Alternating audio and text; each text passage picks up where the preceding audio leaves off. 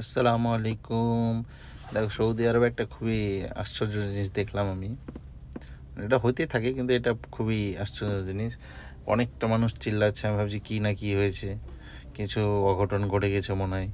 আমি তো দেখে আমি অবাক, প্রচুর অবাক। এখানটা তোমার সবজির দোকানে তরমুজ টাইপের একটা জিনিস পাওয়া যায়, সেই জিনিসটা নিয়ে কাড়ামাড়ি চলছে। এই সান্দুকটা হচ্ছে 18 টাকা দাম, যেটা আমাদের ইন্ডিয়াতে প্রায় না হলে 400 টাকা দাম। 3 পিসের দাম 400 টাকা। তো অনেক লোক নিচ্ছে। হুম, এটার দাম কম আছে তো অবশ্য, মানে সবজির দোকানে ভাবতে পারছো এটা অফার লাগানো মানে জুম্মার দিনে, তো কাস্টমার আবার অ্যাভেলেবেল আছে।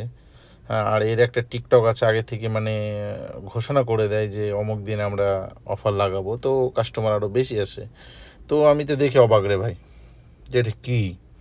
আর যারা সবজি দোকানে কাজ করে তারা হেসে যাচ্ছে, ওরা খুবই খুশি যে এত ভিড় হয়েছে, কাস্টমারের প্রচণ্ড ভিড়। তাই ওরা বলছে।